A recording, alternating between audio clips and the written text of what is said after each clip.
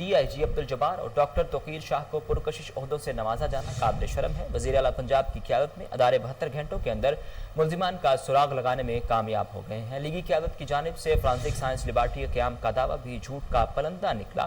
2007 میں وزیر اعلیٰ چودھری پرویز الہی نے فرانسک سائنس لیبارٹری کی داغ پیل ڈالی۔ خود شہباز شریف کے دور میں 9 IGs تبدیل ہوئے۔ انشاءاللہ بہت جلد قوم کو موٹر وے زیادتی کیس پر اچھی خبر ملے گی۔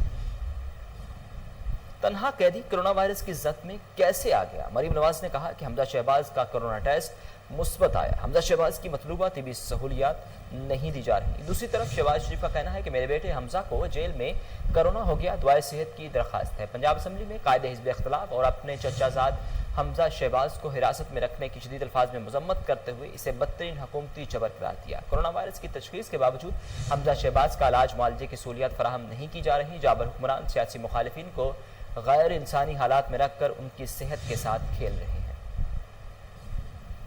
حلقہ بندیوں کے بعد ہی بلدیاتی انتخابات ہوں گے۔ وزیر اعلیٰ سندھ نے کہا کہ مردم شماری کے بعد ہی حلقہ بندیاں ہوں گی۔ مردم شماری کی منظوری CCI دے گی۔ حلقہ بندیوں کے بعد قانون کے مطابق 120 روز کے اندر بلدیاتی انتخابات ہوں گے۔ لاہور موٹر وے زیادتی واقعے کی مذمت کرتے ہوئے کہا کہ میں موٹر وے واقعے کی مذمت کرتا ہوں۔ موٹر وے واقعے میں غیر انسانی اور بے حسی کا ثبوت دیا گیا جو افسوسناک ہے۔ چیف الیکشن کمیشنر کی سربراہی میں سندھ میں بلدیاتی انتخابات سے متعلق ہونے والے اجلاس میں سندھ نے موقف اختیار کیا کہ مردم شماری سرکاری دار و شمار کے شائع تک الیکشن کمیشن صوبے کی بلدیاتی انتخابات نہیں کر سکتا۔ خبروں کے سلسلے کو آگے بڑھائیں اور آپ کو بتائیں کہ سیکیورٹی فورسز کی بڑی کامیابی، دہشت گردوں کا سرغنہ احسان اللہ 3 ساتھیوں سمیت ہلاک کر دیا گیا۔ احسان اللہ دہشت گردی کی مختلف کارروائیوں کا ماسٹر مائنڈ تھا۔ شمالی وزیرستان میں بارودی سرنگ دھماکہ، پاک فوج کے سپاہی شہید۔ ISPR کے مطابق دھماکے کے باعث سپاہی ساجد شہید ہو گیا۔ فورسز نے علاقے کا محاصرہ کر کے کلیئرنس آپریشن شروع کر دیا۔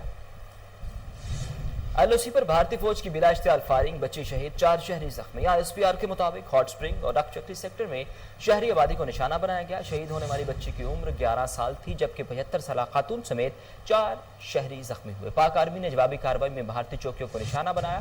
بھارتی فورسز نے ایک بار پھر سیز فائر معاہدے کی خلاف ورزی کی۔ LOC کی پھر خلاف ورزی، بھارتی ناظم العلوم امور دفتر خارجہ طلب۔ پاکستان نے کنٹرول لائن پر بلا اشتعال فائرنگ کے نتیجے میں ایک بچی شہید اور 4 شہریوں کے زخمی ہونے پر بھارتی ناظم الامور سے شدید احتجاج کیا۔ مودی سرکار باز نہ آئی، بھارتی فوج نے پھر کنٹرول لائن پر اشتعال انگیزی کی۔ تتا پانی اور رک چکری سیکٹر میں بلا اشتعال فائرنگ اور گولہ باری کی گئی۔ ISPR کے مطابق بھارتی فوج نے جان بوجھ کر بھاری ہتھیاروں سے شہری آبادی کو نشانہ بنایا۔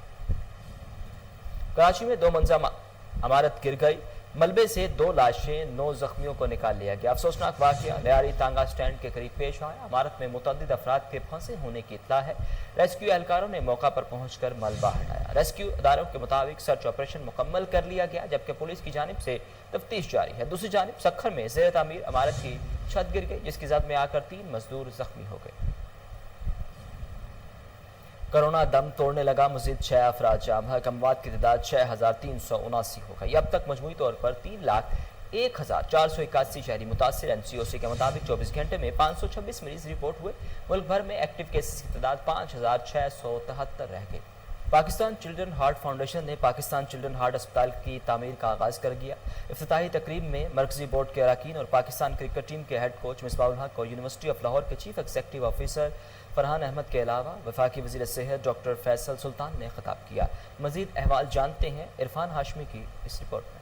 پاکستان چلڈرن ہارٹ فاؤنڈیشن کے زیر اہتمام پاکستان چلڈرن ہارٹ ہسپتال کی عمارت کی تعمیر کی افتتاحی تقریب یونیورسٹی آف لاہور میں منعقد ہوئی، جس میں پاکستان چلڈرن ہارٹ فاؤنڈیشن کے مرکزی بورڈ کے ارکان کے ساتھ ساتھ فاؤنڈر ممبرز نے بھرپور انداز میں شرکت کی۔ یونیورسٹی آف لاہور کے chief executive officer Farhan Ahmed اور پاکستان کرکٹ ٹیم کے ہیڈ کوچ مصباح الحق نے اپنے اپنے خطابات میں اس ہسپتال کے بنیادی خیال اور اغراض و مقاصد پر روشنی ڈالی۔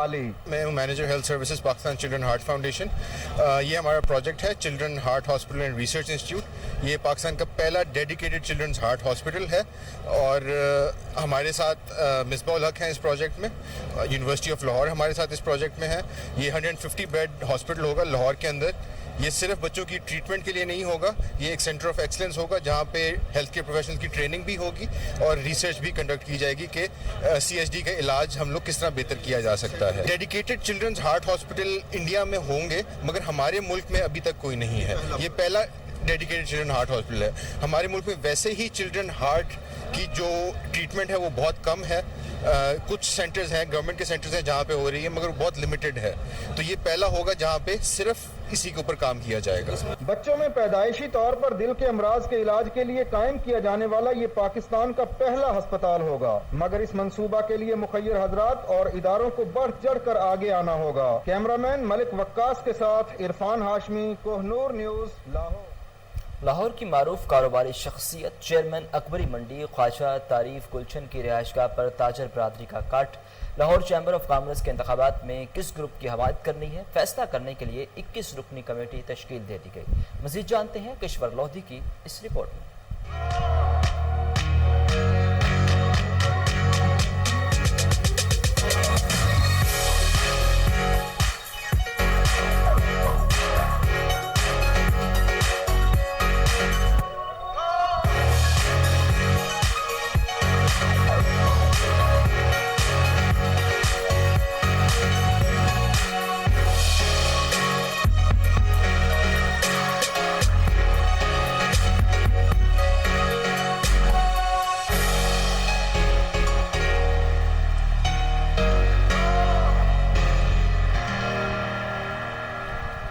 بڑے الیکشن کی بڑی تیاریاں. لاہور چیمبر آف کامرس کے سالانہ انتخابات کا چرچا ہر سو. لاہور بھر کی تمام مارکیٹوں کے سینئر قائدین کی بیٹھک کا اہتمام. معروف و قداور کاروباری شخصیت چیئرمین اکبری منڈی خواجہ تعریف گلشن کی رہائش گاہ پر منعقد کیا گیا, جس میں لاہور کی چھوٹی بڑی مارکیٹوں کے قائدین نے خصوصی طور پر شرکت کی. اس موقع پر محمد فیاض چودھری, اظہر شاہ, عامر صدیق, یونس بیگ, خواجہ عامر, حاجی لیاقت, ہمایوں میر, میاں Kashif, Wasim but, Khwaja Abrar, Khwaja Bilal, Abdul Mannan, Asghar but, Sheikh Fayyaz, Babar Ismail, Ashfaq but, Nadeem Hashmi, حاجی نعیم, حاجی اشفاق, لالا یاسر, میاں عثمان, خواجہ ندیم بائی, عمر بٹ, شہزادہ بابر, لیاقت ملک, اظہر اقبال, ملک زمان, ارجمند مقصود, آغا ذوالفقار, انصر ظہور بٹ, تعظیم بٹ, واصف بٹ, سہیل محمود بٹ, جاوید بٹ, طلال بٹ, ملک عامر, اشفاق بٹ, خواجہ نسیم, چودھری اسلم, لیاقت سیٹھی, سیٹھ شہزاد نے بھی شرکت کی. معروف و قداور کاروباری شخصیت خواجہ تعریف گلشن سے تاجر برادری کے ساتھ اکٹھ کا مقصد لاہور چیمبر آف کامرس کے الیکشن میں کامیاب کروانے والے گروپ کا تعین کرنا ہے. اس بڑی بیٹھک میں سینئر قائدین نے خواجہ تعریف گلشن کی سرپرستی میں 21 رکنی کمیٹی تشکیل دی, جو کہ فیصلہ کرے گی کہ چیمبر آف کامرس کے انتخابات میں